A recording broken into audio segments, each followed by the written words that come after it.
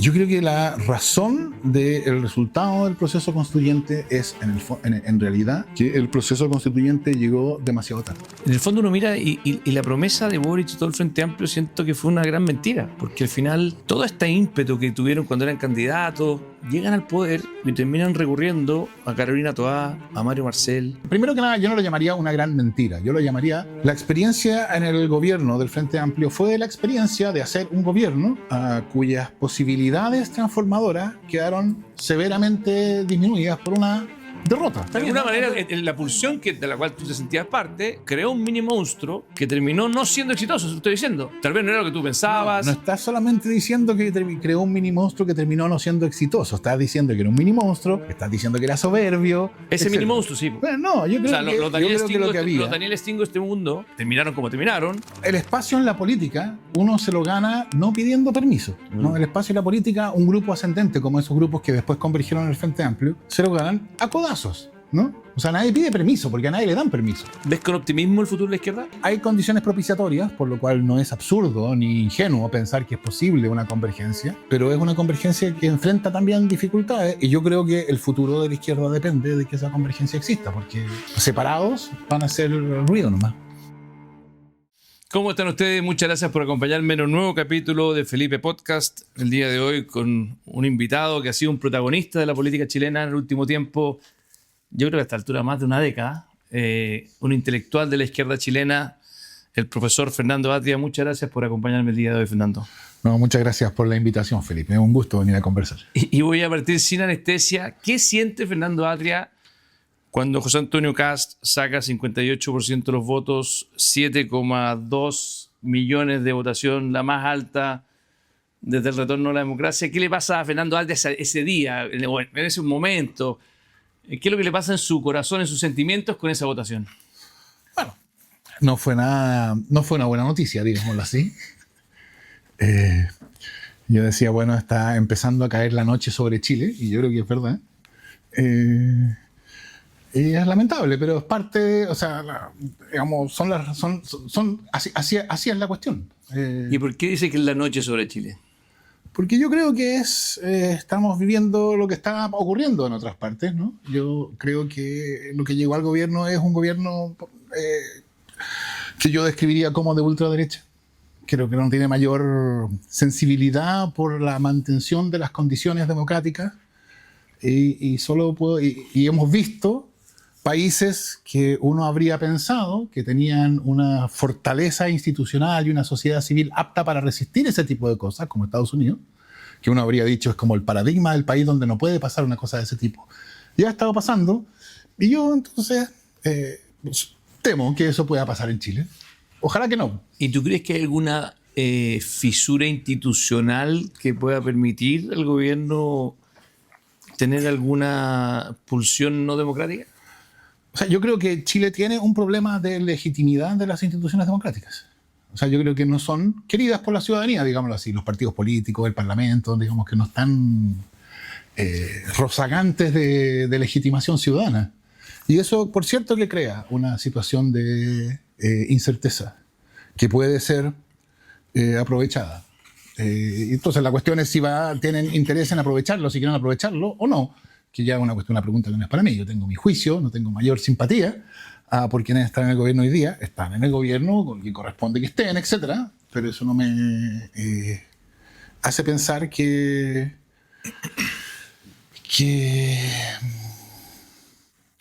no hay riesgo alguno. ¿Y por dónde podría haber un riesgo? No tengo nada en particular.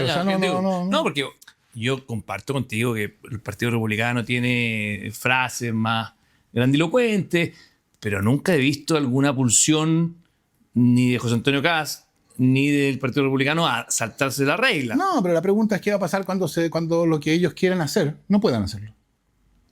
Bueno, no van a poder hacerlo, ¿no? Bueno, ojalá. De hecho, voy más lejos. Yo creo que si hay alguien que fue el que impulsó un cambio en la regla del juego democráticamente, pero a veces también validando el estallido social, fuiste tú y varios otros que creían que el cambio en la Constitución, democráticamente, insisto, para no hacer ninguna imputación falsa, y que finalmente se pegaron contra la pared porque su 62% votó en contra de Ya, pero es que el democráticamente es importante. Por eso digo, es que yo no Tanto que se decía. Sí, pero escúchame. De hecho, tanto que se decía. Pero yo no he visto en ellos, que tampoco, yo voté por Edwin Matei en primera vuelta, no tengo que explicarte mi trayectoria de que, y voté obviamente con mucha convicción en segunda vuelta por ese gobierno, pero no he visto en ellos una pulsión de saltarse las normas. Eso es lo que te quiero decir, por lo menos. No lo he visto como, como una evidencia empírica. Yo somos académicos, o algún minuto, yo fui más académico hace mucho tiempo, hace rato que estoy en la política, tú estuviste un tiempo más en la academia. Pero ahí uno tiene que tener alguna evidencia empírica para acusarlos de... No, yo no estoy acusando. Tú me preguntaste qué sentía yo. Ok. Y uno no necesita tener argumentos para sentir cosas, ¿no? Es verdad. Es verdad. Es un buen punto. Es un buen punto. No, yo no creo que sea una cuestión de saltarse las reglas. Ok. Es que es importante decirlo. Es que porque yo creo que Chile, lo que le diferencia de otros juegos políticos, es que dentro de todo, con reglas que tal vez a ti no te gustan, está bien, pero se cumplen. Sí, pero yo creo que... Esta es una cuestión bien interesante que yo creo que es característico de, no sé, de la última época, de la última década o algo así, en el mundo, no en Chile. Hubo una época en que las democracias se acababan por la ruptura de las reglas, ¿no? O sea, qué mejor imagen que la Fuerza Aérea bombardeando el Palacio Presidencial. Es bien difícil decir que no hay ruptura de las reglas, de la normalidad institucional, cuando la Fuerza Aérea bombardea el Palacio Presidencial. Pero las rupturas que estamos viendo ahora, o las discontinuidades democráticas, ya no son de ese modo, ya no se hacen de ese modo. No se hicieron así en Venezuela, para ser completamente ecuánimes, digamos.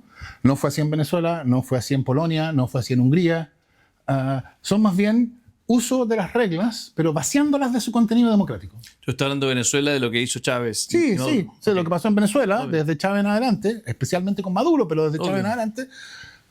Y lo que pasó en Hungría con el Fidesz Party, y lo que pasó en Polonia, o lo que está pasando en Polonia. O sea, tú tienes un punto, yo creo muy relevante, que hoy día el que hayan reglas no significa que esas reglas no se puedan torcer para eventualmente vulnerar, para vulnerar la democracia. Yo diría, eso es nuevo de nuestra época. Y es muy peligroso. Y eso dice algo respecto de las reglas, yo diría, como soy profesor de Derecho, yo diría el derecho y la política, ¿no? Antes habían ciertas cosas que no se podían hacer conforme a las reglas. Y entonces si uno no quería hacer esas cosas, tenía que bombardear el Palacio Presidencial. No estoy diciendo que haya estado bien, por supuesto, ese es otro juicio. Hoy día las reglas son mucho más maleables. Entonces no es una cuestión de querer saltarse las reglas, es vaciarlas de contenido. Ahora, te llevo a este tema del extremo de las reglas, que lo encuentro muy interesante, que es lo que hizo Trump con Maduro de capturarlo y llevarlo preso a Estados Unidos. ¿Cuál es tu opinión de esa situación, donde había alguien que venía sin respetar las reglas, una dictadura brutal, nadie hacía nada, los organismos internacionales no hacían nada, y alguien como yo, por ejemplo, que me declaro un demócrata, me alegro porque finalmente llega otro personaje? Sí, pues Trump se encargó de hacer un par de horas de decirte, está mal alegrado, porque esto no significa cambio de régimen. A mí no me interesa la democracia, no me interesa el cambio de régimen, lo que me interesa es el petróleo. Y entonces yo supongo que alguien como tú, que estaba feliz de que cayera Maduro porque pensaba que eso significaba la vuelta a la democracia de Venezuela, dice, bueno, la verdad es que, ¿qué es lo que yo celebré? Celebré que Estados Unidos ahora se queda con el petróleo venezolano. Eso es lo único que cambió. Yo soy un poquito más optimista que tú y creo que sí va a llegar la democracia. No, va a llegar, pero no va a llegar como consecuencia de lo que hizo Estados Unidos. Por lo menos no fue a eso Estados Unidos. Yo creo que sí, pero bueno, el tiempo lo dirá. No, espérame, es que piensa por ejemplo en Irak. En Irak el discurso de Estados Unidos era: nosotros vamos por la democracia, ¿no? Está bien, algunos se lo creían, quiero decir, digamos, no, sin ironía, ¿no? Algunos decían sí, eso es una de las razones, y otros decían no, en realidad a Estados Unidos no le importa la democracia, lo que le importa es el petróleo aquí. Pero por lo menos se veían forzados para justificar su intervención a decir vamos por la democracia. No solo por la democracia, pero vamos por la democracia. Eso también es cuestión del pasado. O sea, ahora Trump dice, no me interesa el cambio de régimen, lo que me interesa es el petróleo. No, pero Marco... Le dijo Ucrania, no me interesa Ucrania, me interesan los 5 billones o 5.000 billones de tierras raras. En un año más o en meses más, el tiempo dirá si yo tenía razón o no. Y si yo no tenía razón y se perpetúa lo mismo que había antes, yo voy a ser el primero en decirte, Fernando, me arrepiento de mis palabras y creo que todo esto no sirvió para nada. No, pero mantengo una cierta esperanza de que la transición, porque sí algo que creo que era muy complejo, cuando tú tienes un país como Venezuela capturado por los militares, completamente corrompidos, por mucho que sea voluntarista y diga María Corina Machado, a quien le tengo una estima tremendo. A quien Trump también se encargó de ningunearla. Sí. Asuma al día siguiente, puede haber sido un caos. Entonces, no sé en qué va a terminar, pero volvamos a Chile para no quedarnos pegados en Venezuela, donde creo que efectivamente es un cuento, una historia por resolver que no sabemos dónde va a terminar. No, el punto era una ilustración, y no solo Venezuela, porque esta cuestión no es solo Venezuela. Yo decía Venezuela, Polonia, Hungría, yo diría Estados Unidos también, que es mantención de la formalidad de las reglas, pero vaciamiento de su contenido democrático. Y te agrego algo más, que es la inoperabilidad de los organismos internacionales para cuidar o para velar en aquellos lugares donde la dictadura, la falta de democracia opera con total impunidad, en que no pasa nada. O sea, en el fondo, también hay que hacer un mea culpa, creo yo, de la total indolencia de los organismos internacionales o inhabilidad de poder hacer algo. O sea, bueno, el contrafactual de Maduro era que esto siguiera por al eterno. O sea, la pregunta es, ¿qué es razonable esperar de los organismos internacionales? ¿Es razonable esperar de los organismos internacionales garantía definitiva de continuidad democrática? O sea, que se van a encargar los organismos internacionales. Bueno, yo creo que no tenemos una institucionalidad internacional que sea razonable, de la cual sea razonable esperar eso, porque eso supone que va a haber entonces organismos que van a poder decidir qué es democrático y qué no. Y claro, nosotros podemos tener 3 o 4 ejemplos en los cuales podremos estar de acuerdo, pero va a haber un montón de otros ejemplos que vienen detrás en que no estamos de acuerdo. Entonces... Bueno, la pregunta de frente a ese vacío, ¿qué hacer? Y no es tan fácil la respuesta. Por cierto. Ahora, yo diría autorizar a Estados Unidos para que unilateralmente decida a quién arrestar como si fuera policía hemisférico, no es la mejor manera pensando en cómo puede ese precedente aplicarse en el futuro. Yo no digo que sea la mejor manera, pero tal vez la mejor que la que había. Esa es mi única... Pero volvamos a Chile. Estamos en esta situación donde gana José Antonio Kast y donde yo quiero llevarte hacia atrás, porque si en el fondo tenerte aquí en una entrevista me permite profundizar en algo que yo creo que fue muy importante, porque además me tocó ser protagonista del otro lado de la vereda con varios de los que tú mentoreaste o que se sintieron mentoreados por ti, y con esto me refiero al Frente Amplio, donde siento que de alguna manera Fernando Atria fue de los primeros que le dio cierta densidad intelectual al cuestionamiento de una izquierda que yo consideraba bastante exitosa, que era la Concertación, ¿ya? Que tú legítimamente me puedes decir, no la encuentro exitosa. Yo sentí, porque además me tocó verla, yo tenía 12 años para el plebiscito, y después ver cómo el país prosperó con 20 años de la Concertación, y veo a un Fernando Atria que a las nuevas generaciones de izquierda, en vez de decirle, bueno, valoremos todo esto, seamos serios, busquemos de alguna manera profundizar en el camino que tal vez inició él y que después siguió Frei, Lago, etc.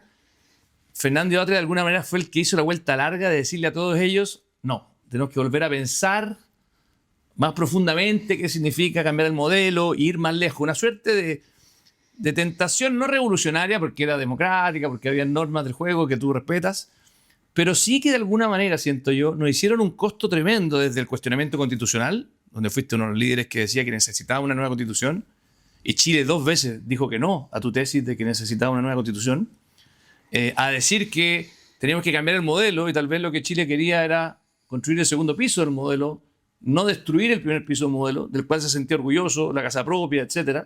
Entonces, ¿cuál es tu lectura de este intelectual que de alguna manera fue tal vez el más relevante que tuvo este grupo generacionalmente que eran mis contemporáneos al otro lado de la vereda? Hoy día, ¿cómo ves esa historia? Si la ves que fue una historia positiva, que sientes que hicieron cosas que se hicieron mal, que fue buena, o tal vez estoy haciendo una interpretación muy simplista de la historia y te pido disculpas si es así. Bueno, en parte sí, me temo, porque el argumento, por lo menos mi posición, nunca fue, ¿no? Estos 20 años en esa época han sido un fracaso y hay que destruirlo y construir una cosa distinta. No, sino más bien... ¿Y por qué se generó esa sensación, crees tú? Más allá de que tal vez no fue tu intención. ¿Por qué sientes tú que tal vez eso fue lo que se instaló? Yo creo que hay 2 cosas. Una es que desde el punto de vista de esa izquierda ascendente, Bueno, el espacio en la política uno se lo gana no pidiendo permiso, ¿no? El espacio en la política, un grupo ascendente como esos grupos que después convergieron en el Frente Amplio, se lo ganan a codazos, ¿no? O sea, nadie pide permiso porque a nadie le dan permiso. Y entonces, claro, ese surgimiento asumió un discurso, creo yo, que era más derogatorio de lo que había ocurrido, de lo que justificaba hacer. Yo creo que todo lo que se decía, la necesidad de un nuevo modelo, el libro, El Otro Modelo, no fue escrito con otros autores del Frente Amplio. Yo sé. No fue escrito con autores de ultraizquierda. Se lo sacaba en cara Benavente y a otros. Bueno, fue un esfuerzo de personas que estaban vinculadas y que se sienten y que son orgullosos de lo que hizo la Concertación, pero que veían, como yo, que se había alcanzado un punto en que era posible pensar en algo distinto, sin necesidad, y eso está dicho explícitamente, sin necesidad de evaluar todo lo que se había hecho. Simplemente había que decir, estos 20 años llevaron al país a un punto en que ahora podemos pensar desafíos distintos. Desafío de los derechos sociales universales, etc. Entonces, pero claro, del lado de los grupos que venían de las manifestaciones del 2011, porque ese es el origen del Frente Amplio, la cuestión se planteó más agonalmente, porque en buena parte, no solo por eso, pero en buena parte, como te decía, porque el espacio político uno se lo gana a codazos. Y por otro lado, yo creo que desde el punto de vista de la derecha tenía un interés, creo yo, en presentar esto como una, o sea, por así decirlo, en picar el amor propio de las personas vinculadas a la Concertación, de modo de introducir una cuña ahí, que yo creo que han tenido bastante éxito en eso, y de convencer a la Concertación que entonces su recepción de ese tipo de discurso que se manifestó en el segundo gobierno de Michelle Bachelet fue un gran error, porque eso en el fondo significaba renunciar a lo que se había avanzado durante esos 20 años, más que construir sobre eso el segundo piso. Un segundo piso que era un segundo piso distinto, que respondía a situaciones distintas. Y yo creo que esa izquierda o esa centroizquierda, bueno, es que yo creo que eso en general es una cuestión que es un problema que la izquierda en Chile o la centroizquierda en Chile sufre, que es que demasiado a menudo está dispuesta a pensar con las categorías que le fija la derecha para pensar. Y entonces hoy día en la Concertación, muchas personas vinculadas a la Concertación sienten que la Concertación se traicionó a sí mismo cuando se rindió a este discurso, cuando en realidad lo que hubo fue una reflexión desde una reflexión a la cual convergieron, creo yo, o podían converger, dos maneras de ver esos 20 años. Unos que decían, bueno, en esos 20 años se avanzó de modo tal que hoy día podemos plantearnos una cosa. O sea, evidentemente, si tu problema es que no tienes cobertura educacional completa, es perfectamente razonable que tú digas, a mí me interesa más que asegurar el derecho universal para todo, etc. Lo que me interesa es ampliar la cobertura. Una vez que tú amplías la cobertura, se te plantea un problema distinto. Y eso era perfectamente posible, entender el paso que significó, la diferencia que significó el enfoque que llegó al gobierno con Bachelet la segunda vez, en vez de entenderlo como lo que hay que hacer es quemar todo lo que ha adorado y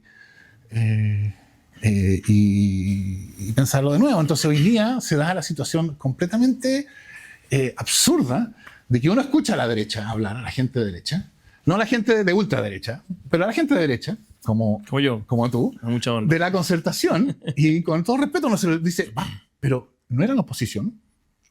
O sea, lo escucha hablar y parece como si usted de tantos 20 años hubiera sido oficialismo, como si hubiera sido su gobierno. Y yo creo que eso es parte de un intento de la derecha de fijar el discurso de la izquierda. Y un intento que resulta bastante exitoso, debo decir. Pero si yo leo un poco lo que tú me dices de esta lógica de construir ese segundo piso de la casa, o por lo menos la historia de un Boric, que fue una de las personas que, de hecho, tú militaste en su partido, del Frente Amplio, Convergencia Social, entiendo. De hecho, estoy militando en su partido, en el Frente Amplio ahora. Buenísimo. En el fondo uno mira y la promesa de Boric y todo el Frente Amplio siento que fue una gran mentira, porque al final todo este ímpetu que tuvieron cuando eran candidatos, llegan al poder y terminan recurriendo a Carolina Toá, a Mario Marcel. De hecho, los pocos que trajeron del Frente Amplio terminan saliendo de la primera vuelta, al tiro, el primer año. Entran a Temucuicú y lo sacan a balazo, terminan ocupando el estado de excepción que habían votado en contra durante los últimos 4 años, todo el gobierno, o sea, sin parar, terminan aprobando la ley Naín Retamal, la cual yo la empujé con mucha fuerza como senador de la Araucanía, ley de usurpaciones, terminan aprobando el TPP, que está bien criticado. Entonces, siento que todo fue una gran mentira para terminar haciendo algo bien parecido a la concertación, en vez de haber hecho una vuelta más corta, decir, ¿saben qué? En realidad la concertación lo hizo bien. ¿Por qué no gradualmente vamos avanzando en cosas que nos interesan? Incluso el tema de las reformas en educación, todo el tema de los liceos emblemáticos, que se supone que había que eliminar la selección, terminaron matando al Instituto Nacional y a varios otros liceos emblemáticos, que eran el faro de la meritocracia. Entonces, digo yo, a ver, ¿qué logros sociales reales? Además, la gratuidad en la educación superior creo que fue la peor política pública que se ha hecho, esa es mi humilde opinión. Creo que se podría lograr los mismos derechos sociales que tú planteabas, que yo incluso compartía, de que nadie podía quedarse fuera de la educación superior por plata, con un sistema de impuestos distinto, que de hecho en algún minuto incluso casi que coincidimos, tú lo llamabas impuesto a los graduados, yo lo llamaba de otra forma, pero era una forma más solidaria de financiar el tema y no que tuviéramos que focalizar todos los recursos en la gratuidad en la educación superior. Entonces, yo sí creo que Boric es un demócrata, más allá que en el pasado no lo fue tanto y validó lo que hacía Chávez, validó lo que pasaba en Cuba, pero hoy día Boric, por lo menos cuando fue presidente, tomó posturas demócratas. No lo creo que sea una mala persona, pero siento que como proyecto político quedó mucho más consolidado la concertación que lo que intentaron de vender. No sé si tu opinión coincide, pero en el fondo creo que se quedaron muy cortos. Yo haría la observación inicial de que yo no creo que lo que ocurrió o lo que ha ocurrido con el Instituto Nacional tenga que ver con el fin de la selección. De hecho, es un problema que se empezó a manifestar claramente antes de que la ley de inclusión tuviera efectos en la región metropolitana. Digamos, como una nota a pie de página a propósito de lo que tú decías. No, sumamos la violencia, sumamos muchas cosas. Que por además, eso, yo creo que... Y déjame agregarlo, perdón, a mi cuestionamiento anterior, que yo vi a la pobre Carolina Toá, que la respeto mucho, porque me tocó trabajar con ella, creo que hizo un esfuerzo genuino de mejorar muchas políticas públicas, que le tocaba súper difícil a Carolina Toá defender la agenda de seguridad con las espaldas que venía el Frente Amplio como sí, por cierto, votando en contra de todo lo que era Carabinero. Yo creo que... Entonces, ahí también nos dejaron un flanco abierto a la derecha muy fácil de copar. Lo que yo pensaría es que la experiencia que vivió el Frente Amplio... primero que nada, yo no lo llamaría una gran mentira. Yo lo llamaría que la experiencia en el gobierno del Frente Amplio fue la experiencia de hacer un gobierno cuyas posibilidades transformadoras quedaron severamente disminuidas por una derrota. No, pero ser derrotado no quiere decir que uno mentía, quiere decir que uno es derrotado nomás. Y tuvieron que aprender, y el gobierno fue, creo yo, el gobierno que en las condiciones fue posible, no quiere decir que haya sido perfecto en esas condiciones, pero creo yo que debieron enfrentar un giro en el país bastante marcado. Y yo creo, por eso, que el futuro del Frente Amplio depende de su capacidad para asimilar esa experiencia en el gobierno. Y yo creo que hay varias cosas ahí que son importantes para cualquier cosa como el Frente Amplio. Primero, yo pensaría que eso debería llevar al Frente Amplio a una reflexión sobre lo que hablábamos antes. ¿Cuánto de la crítica a la concertación se justificaba porque tiene que ver con el proyecto del Frente Amplio? ¿Cuánto de la crítica a la concertación fue una exageración requerida por la necesidad de abrirse espacio a codazos? ¿Y de la parte más performática también. Bueno, sí, claro, pero política. Sí, política. Performática, ¿no? Política. Y entonces, la política tiene mucho performático. El Partido Republicano hizo lo mismo en los lados. Por eso. Y entonces, ¿cuánto espacio hay para construir una fuerza de izquierda que incluya a la concertación, que incluya al Partido Socialista, que incluya, etcétera? Bueno, yo creo que ahora uno pensaría que esos partidos deberían estar en una situación mejor de la que estaban antes del gobierno de Boric, porque ahora tienen la experiencia de haber gobernado juntos. Y esa experiencia, por una parte, muestra que hay algo común, y por otra parte muestra que, es que gobernar, por cierto, es enfrentarse a la dificultad de llevar adelante una agenda transformadora. Entonces, una posibilidad sería decir, bueno, como gobernar es enfrentarse a la dificultad de una agenda transformadora, hay que abandonar la agenda transformadora. Y hay que buscar la manera de acomodarse en lo que existe y de encontrar los puntos en que esto puede ser mejorado aquí y allá. Yo diría, eso sería para el Frente Amplio renunciar a lo que es. Yo esperaría que la experiencia del gobierno lo llevara a tener una visión más sofisticada, más madura, uno podría incluso decir, sí, claro. de lo que significa y la manera en que se puede realizar una agenda transformadora. Una mirada que enfatiza el hecho de que una transformación sea gradual no implica que no puede ser transformación. Me gusta el debate que estamos teniendo y solamente te quiero agregar que me falta un elemento en tu análisis que lo encuentro muy correcto, maduro, que es, tú dijiste algo muy cierto, dijiste, mira, veníamos con una agenda y nos enfrentamos a una derrota. Y eso hizo que la agenda tuviera que cambiar, que además habla bien de un gobierno cuando se enfrenta a una derrota, la escucha. O sea, no sería, o sea, puede ser incluso una virtud de un gobierno que frente a una verdad democrática escucha, ¿no es cierto? Bueno, O sea, yo diría más que una virtud no, es una condición de supervivencia. O sea, no hacerlo es garantizar el fracaso. Pero hay gente que no. Bueno. En la historia a veces hay gente que no lo hace. Y eso que estoy tratando de darle atributos a lo que hicieron. Pero lo que me falta en tu análisis es entender, y si han entendido, por qué tuvieron esa derrota.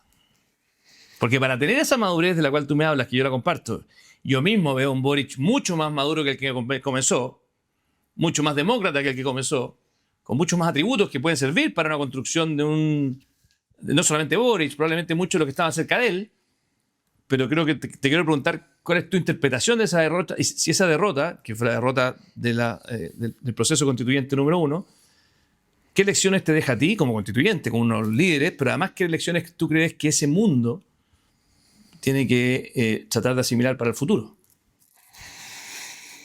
Yo creo que, bueno, esto se supone que va a viene un libro mío al respecto. No, sí. ¿en serio? Sí, ya, sí. Bueno, estamos con la premisa aquí en Felipe Podcast. Sí. Pero iba a aparecer en abril, así que no sé. Bueno, eventualmente. Que se sienta interpelado el editor del Fondo de Cultura Económica. O sea, esta es una discusión mucho más larga, más profunda, ¿no? Yo creo que yo creo que la razón del resultado del proceso constituyente es, en realidad, que el proceso constituyente llegó demasiado tarde. Es decir, ¿Cómo así? Porque yo creo que el proceso constituyente fue la respuesta a un proceso de deslegitimación institucional que terminó con el país estallando. Es un proceso que tuvo varios momentos de desarrollo. Yo diría, en mi interpretación, hasta cierto punto todas las fechas son hasta cierto punto arbitrarias, ¿no? Pero yo diría que esto comenzó. El punto de partida de ese proceso es el movimiento Pingüino en 2006, que fue la primera vez que una irrupción social pudo cambiar la agenda explícita del gobierno y puso educación en primer lugar cuando el gobierno de Bachelet I no tenía esa prioridad. Y después se aceleró con las manifestaciones del 2011 y después las de Noma AFP y después Mayo Feminista. Esto cada 2 años tenía un momento así como de... Y eso lo que iba produciendo era deslegitimación del Congreso, de los partidos políticos, etc. E iba, creo yo, erosionando las condiciones de la discusión política. Es como, y esto es solo una analogía, Yeah. Esto es como si, como pensemos en un incendio, que a medida que el incendio se va desarrollando, va destruyendo la red de agua y quemando las compañías de bomberos. O sea, que va erosionando las condiciones mismas que se requieren para enfrentar el problema.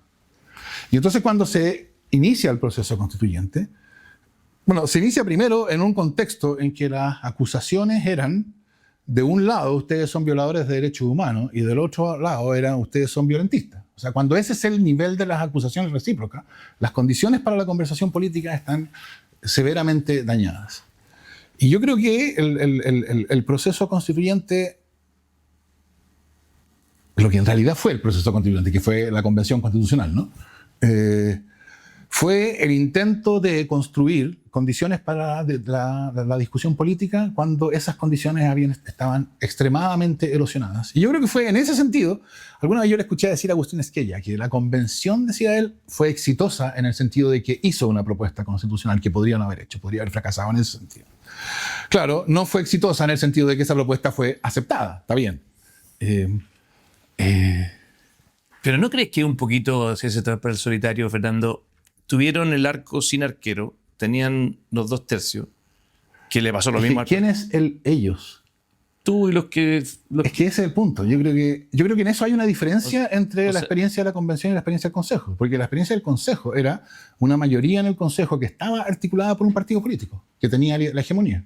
Está bien. En la convención no había nada de eso. Lo que te quiero decir es que... No, es que el punto es, en la convención no había nosotros que teníamos la hegemonía.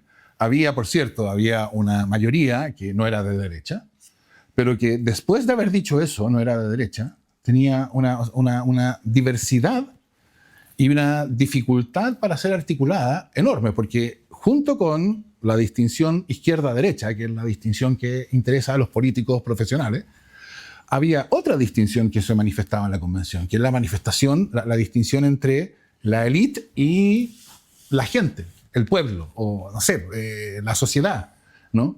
Parte importante, casi la mitad de la convención, eran grupos que se sentían a sí mismos. Otra cosa es cuál es la opinión que uno tiene al respecto, ¿no?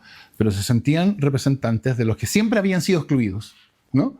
Y que se enfrentaban entonces no a la derecha, se enfrentaban a los partidos políticos.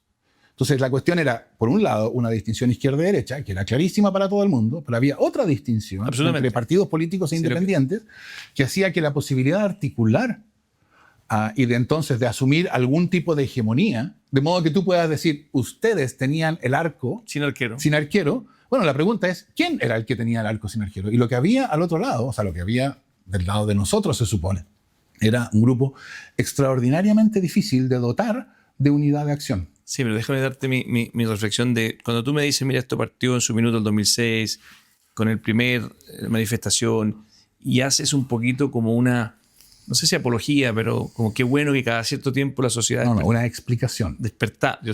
Despertaba, iba pidiendo esto, y además en el discurso de ustedes siempre era, y esta diversidad siempre es bienvenida, mientras más diverso mejor. Siento que habíamos muchos que decíamos, no, los partidos políticos están por algo. Y fue la misma gente, el pueblo, que se suponía que se enfrentaba frente a la élite, el que le pone un tremendo no, un rechazo a esta pseudo-diversidad, que además de una soberbia brutal, con muy poca capacidad de articular una propuesta de segundo piso de la casa, más bien rechazando cosas. Entonces, lo que te quiero decir es que de alguna manera, la pulsión de la cual tú te sentías parte creó un mini monstruo que terminó no siendo exitoso, eso estoy diciendo. Tal vez no era lo que tú pensabas. No estás solamente diciendo que creó un mini monstruo que terminó no siendo exitoso. Estás diciendo que era un mini monstruo, estás diciendo que era soberbio. Ese mini monstruo, sí. Bueno, no, yo creo que lo que había. Los Daniel Stingo de este mundo, que terminaron como terminaron, la soberbia siempre es mala compañera. No, pero es que... Y le pasó también al Partido Republicano cuando tuvo la soberbia fíjate al otro lado. Nosotros tenemos ahora un subsecretario, creo que es de Justicia, si no me equivoco, que dijo exactamente lo mismo que Stingo. ¿Qué dijo? ¿No? Que nosotros ganamos la elección, así que no veo por qué... Y así le fue. Bueno, no, el punto no es así le fue, ¿dónde está? O sea, compara dónde está Stingo y compara dónde está el profe Silva, que le dicen. Es un secretario, tampoco es que exactamente. Bueno, hay una diferencia, ¿no? ¿Por qué? Porque uno está ostracicizado, ¿no? No está ostracizado. Totalmente. Totalmente. No formalmente, está bien. No hay una sentencia. Tiene un programa de, no sé, de YouTube, donde además dicen no sé qué cosa. Sí, sí. Pero no está en el ostracismo. Sí, está bastante en el ostracismo, te voy a decir. Y el otro está de subsecretario.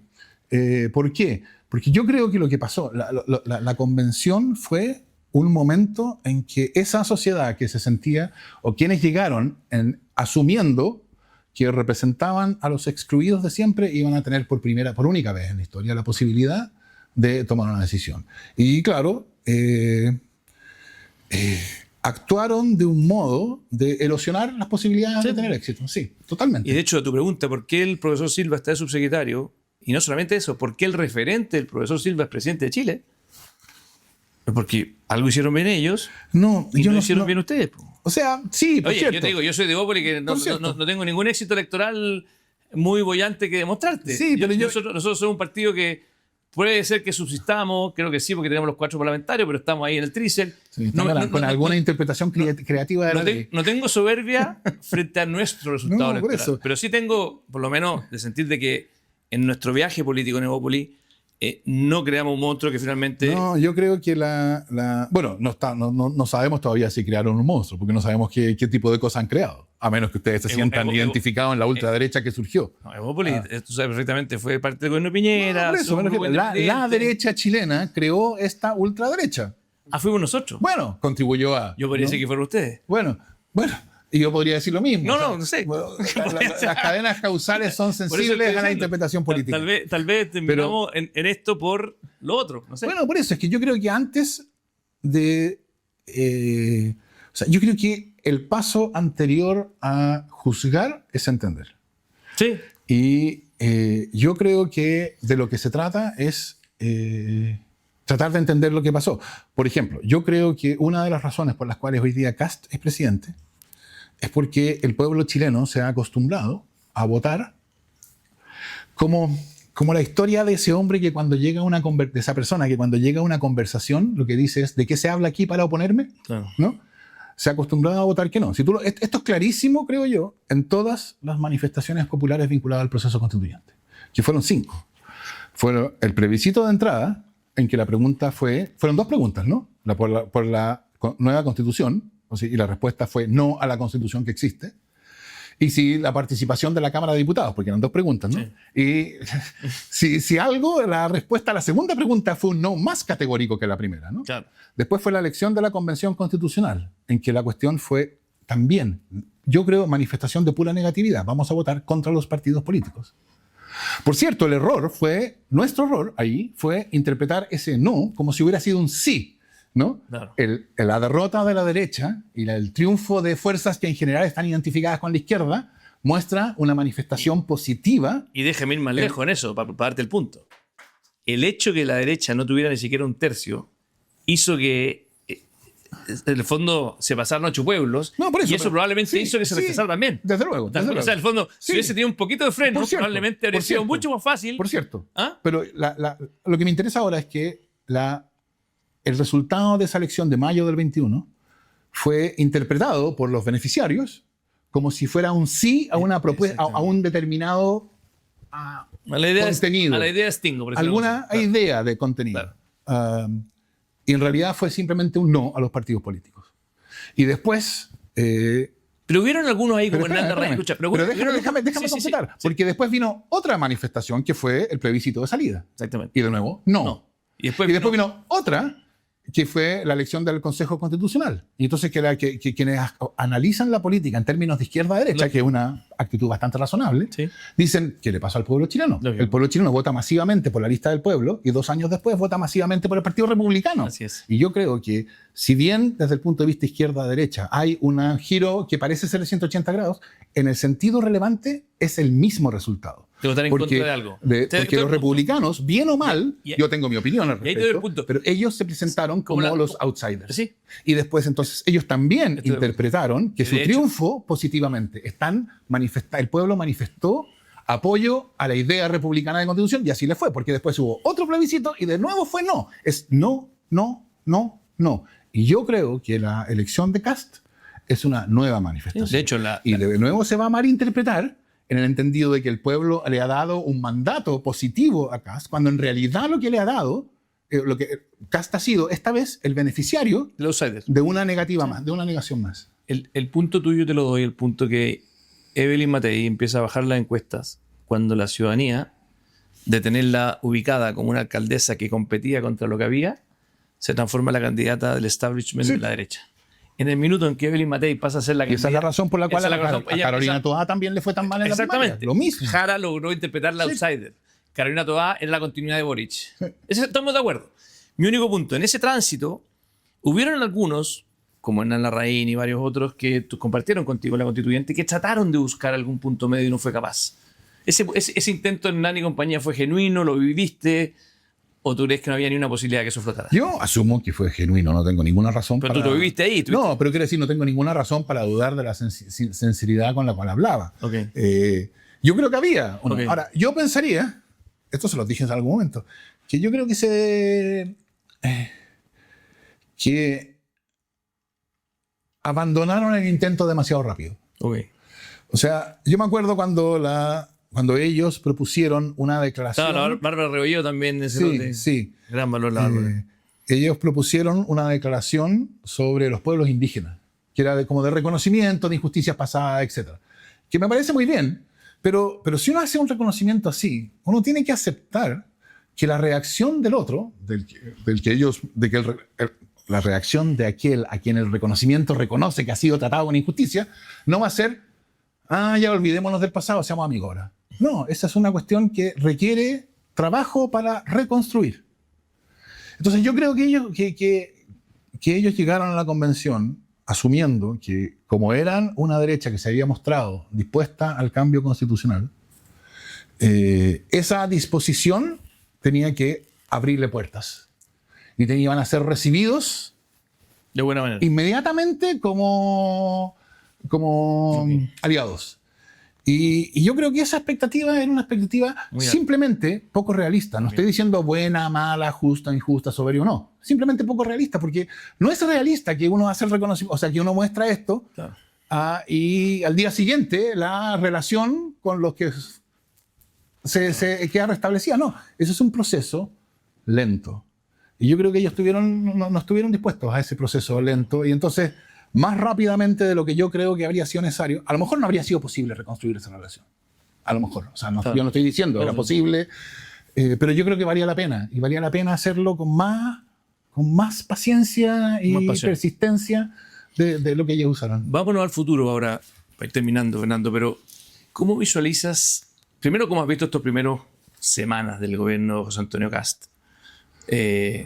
Y segundo, ¿cómo visualizas este gobierno de José Antonio Kast? Y después quiero llevarte, una vez que concluyamos con esa pregunta, la última pregunta, que es ¿cómo visualizas la rearticulación de la izquierda? En el fondo son dos preguntas que creo que un analista político como tú, estudioso, y ya más encima tenemos algunas semanas de horas de vuelo, no son muchas, pero algunas. Eso parece suficiente. Yo espero que tengamos más puntos muestrales, pero bueno, ¿qué opinas tú de esta? No, yo debo decir que a mí me ha sorprendido el inicio del gobierno de Kast. Yo esperaba una cosa mucho más armada. ¿Más armada? Sí, más armada, más... a lo mejor era absurdo esperar eso, pero creo que... o sea, a mí me ha impresionado la falta de profesionalismo con la cual han empezado. Por ejemplo.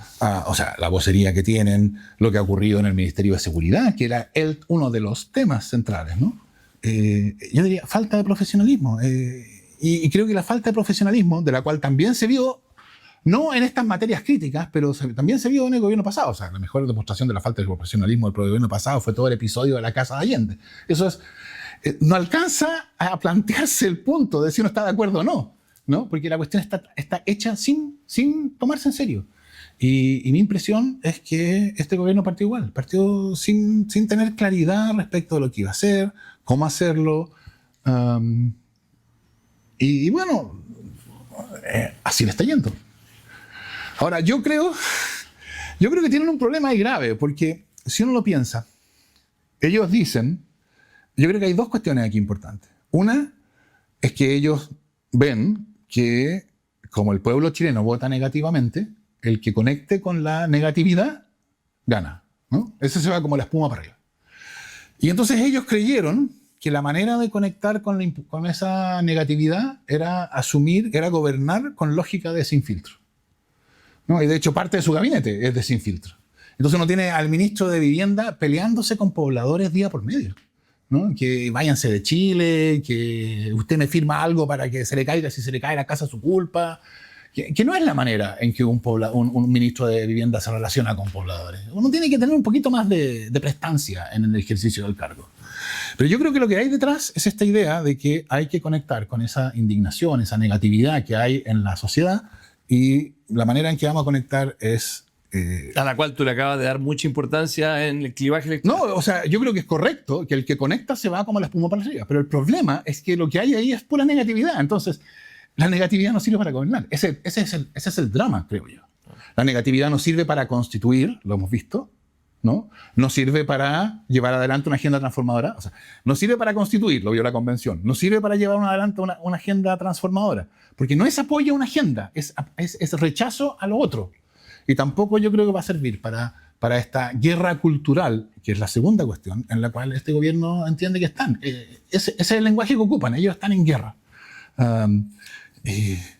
Pero están en guerra ¿Y no crees que a algunos actores internacionales le ha resultado? Sí, le ha resultado por ahora, efectivamente. Por cierto. Y eso es una razón para tener miedo, o sea, para estar preocupado de qué puede ocurrir, porque a los actores que le ha resultado no son los actores que uno diría son los ejemplos democráticos para el futuro, ¿no? Algunos me han dicho, oye, Felipe, Evópoli debió haber tenido otra estrategia electoral en el pasado, no se dan cuenta. Y le digo, si fuese por los votos, sí. Probablemente si hubiésemos sido un partido que abrazara la polarización, la negatividad, la falta de análisis más riguroso, simplemente las malas emociones, nos habría ido mejor. Y no era que no supiéramos. La pregunta es otra. ¿Estábamos dispuestos a embarcarnos en ese barco? Yo creo que no. Es mejor a veces... O sea, es mejor a veces que el barco llegue a la orilla y tal vez no te va tan bien a que... Bueno, yo creo yo. Y te lo digo muy genuinamente. O sea, incluso en los retiros fuimos el único partido que se opuso, sabiendo que era súper popular. Pero yo encuentro en política, y en esto concuerdo contigo, uno tiene que cuidar que lo que uno haga tenga cierta consistencia con lo que uno cree, más allá de lo que es funcional a los votos.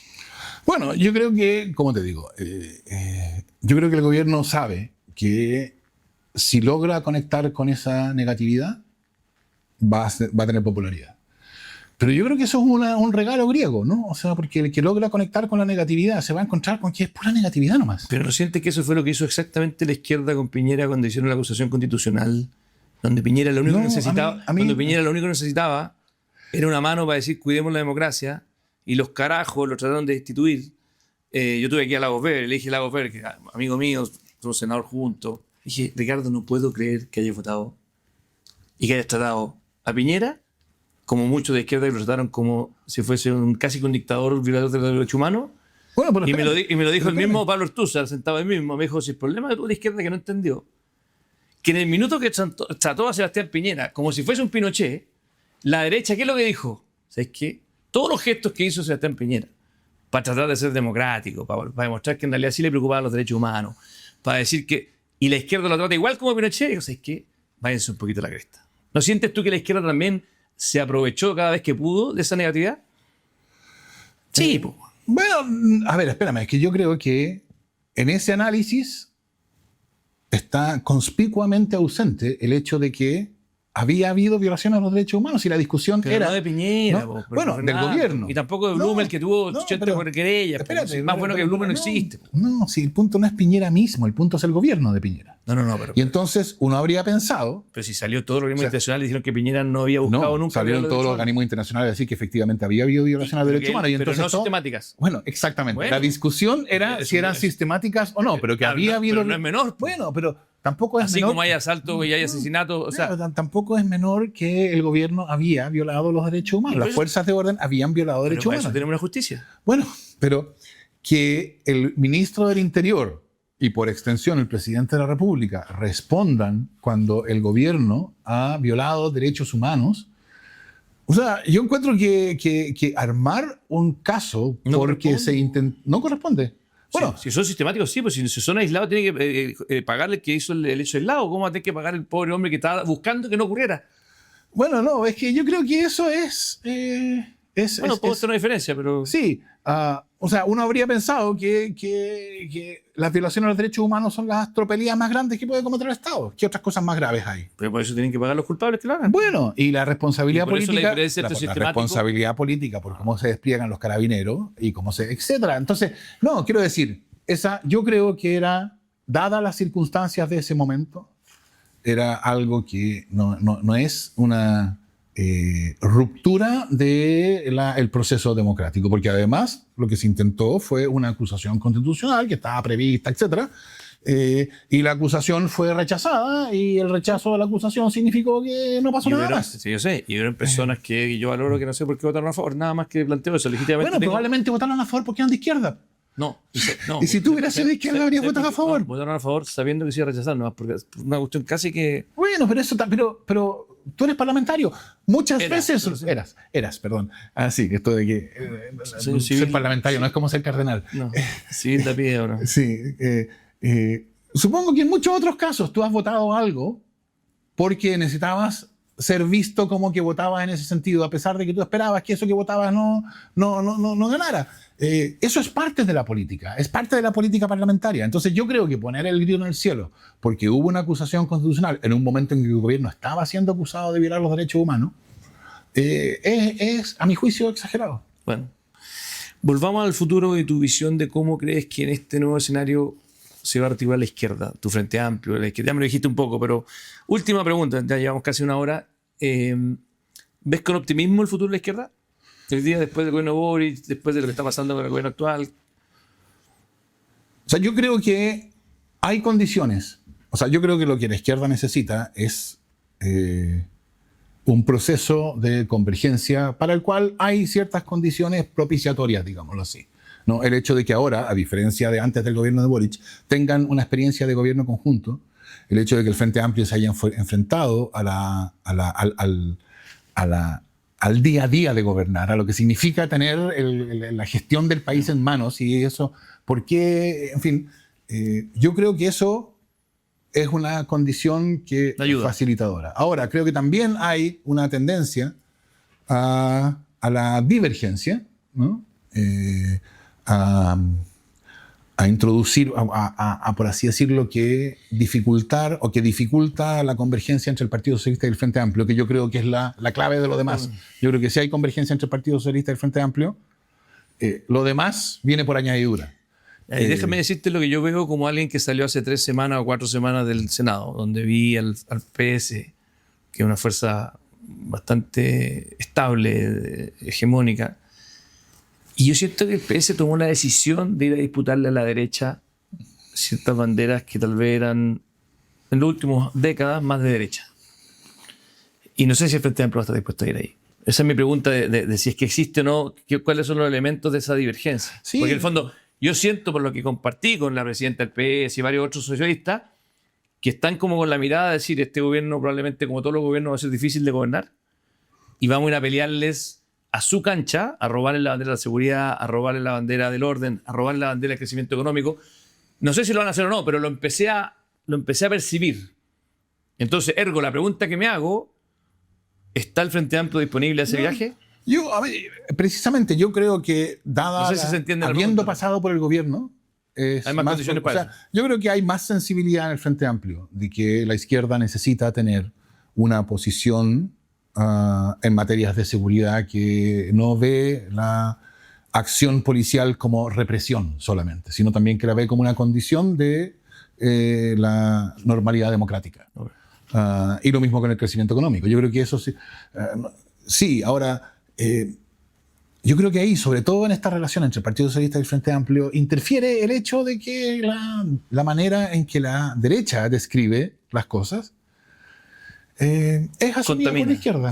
Sí, porque es asumida por la izquierda. Y entonces esta idea de que el Frente Amplio despreciaba la concertación, etc. Bueno, todo eso dificulta la convergencia. Entonces hay condiciones propiciatorias, por lo cual no es absurdo ni ingenuo pensar que es posible una convergencia, pero es una convergencia que enfrenta también dificultades, y yo creo que el futuro de la izquierda depende de que esa convergencia exista, porque separados van a hacer ruido nomás. Bueno, quiero agradecerte, Fernando, por esta entrevista, esta conversación. Yo soy un convencido que tenemos un país maravilloso, que tiene la posibilidad donde personas que piensan distinto debatir, incluso debatir con instrumentos bien potentes en el mismo Congreso. O sea, creo que tenemos una institucionalidad que es fuerte. Yo creo que, habiendo ya, y de ya me retiré de la primera línea, pero valoro mucho el país que tenemos, viendo a otros países cercanos que no tienen la robustez. Obviamente espero que le vaya muy bien a este gobierno, pero también espero que la izquierda ojalá se articule, en mi visión, en algo más parecido a lo que fue la concertación, por una razón muy simple. Por los indicadores que logró la concertación sociales, de evolución social y de evolución económica en Chile durante 20 años. Ni siquiera haciendo un juicio de valor si es que la estética de ello era buena o no, porque creo que los países, al final del día, lo que buscan es mejorar las condiciones sociales de sus ciudadanos. Y siento que en eso nos quedamos estancados mucho. Yo creo que hubo mucho progreso durante esos 20 años, pero yo creo que hoy día podemos decir, hay esa forma de enfrentar el progreso, tocó techo. O sea, no es casualidad que la productividad lleve, o sea, desde principios de siglo que la productividad está estancada. ¿Por qué? ¿Qué pasó ahí? Yo creo que ahí hay limitaciones internas que exigen una transformación que no se basa en la idea de que esos 20 años fueron pura, no sé, concesión y renuncia, etcétera, sino que esos 20 años fueron 20 años de consolidación de la democracia. Uno podría decir, la Concertación lo que hizo fue consolidar la democracia en Chile después de la dictadura, y eso por cierto que es una gran cosa. Pero hizo mucho más que eso. Por cierto, quiero decir, eso es algo que es indudable, o sea, eso está fuera de discusión. Y después lo que hizo fue producir un avance que nos lleva a un punto en que Chile se puede plantear. Y termino con una pregunta, ¿qué te parece el fenómeno Parisi? Yo tengo la impresión, yo creo que Parisi es el futuro. No estoy diciendo que sea un futuro que a mí me guste, pero yo creo que es o sea, por supuesto, o sea, estamos a 3 años, ¿no? Y 3 años en este momento es una eternidad. Por lo tanto, cualquier predicción a 3 años es lógico. Pero tiene sentido pensar que algo como lo que representa Parisi es el momento siguiente de la negación, por así decirlo, ¿no? O sea, la negación ha beneficiado a la izquierda, a la derecha, después de nuevo a la derecha, después no a la izquierda, digamos a la izquierda más de izquierda, después a la derecha más de derecha, y entonces ¿qué queda? ¿Cómo seguimos diciendo que no? Y lo que uno podría decir, lo que toca es ni facho ni comunacho. Ojo, esto no representa, no significa nada respecto de lo que yo pienso que sería bueno para Chile. Es simplemente una predicción de los fenómenos que has visto históricos. Sí. O sea, ¿Y cómo se puede revertir eso? Bueno, porque de alguna manera es un determinismo bien poco... No es determinismo. Yo no estoy diciendo que eso sea... Pero estoy diciendo que en el fondo seguimos el negacionismo en vez de... O sea, lo que yo creo... ¿Cómo nos movemos del negacionismo? Yo creo que ese es el problema. Eso, ¿cómo nos movemos del negacionismo a construir? Eso es lo que...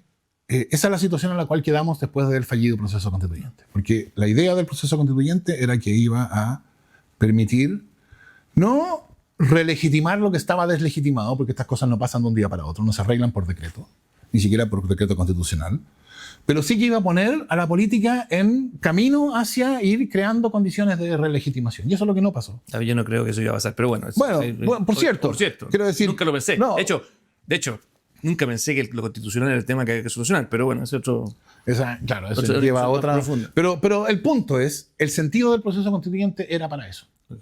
Y yo creo que con lo que ocurrió, esa puerta quedó, yo creo, definitivamente cerrada.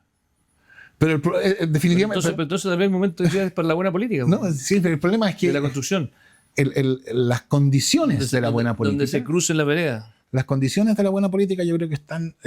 erosionadas. Sí, demasiado erosionadas. Bueno. O sea, por eso yo te decía, no sé si conversando ahora o te lo decía antes, que yo creo que en algún sentido la política que viene va a ser mucho más parecida a Sin Filtro, que es una especie como de política que se fagocita a sí misma, ¿no? O sea, que se consume en reels de TikTok. Bueno, esperemos que no y que volvamos a la época de la Concertación donde había un poquito más de... ¿Viste? Si no, es fácil recordar que tú eras oposición. Yo nunca fui oposición, yo tenía 12 años, pero bueno. ¿Tenías 12 años en el 2010? No. Tenía 12 años el 90. Bueno, te quiero agradecer, Fernando, y gracias por compartir, por siempre estar disponible a tener un diálogo democrático y profundo. Así que muchas gracias. No, muchas gracias a ti por la invitación. Ha sido un agrado la conversación. Y nos vemos en un próximo capítulo de Felipe Podcast.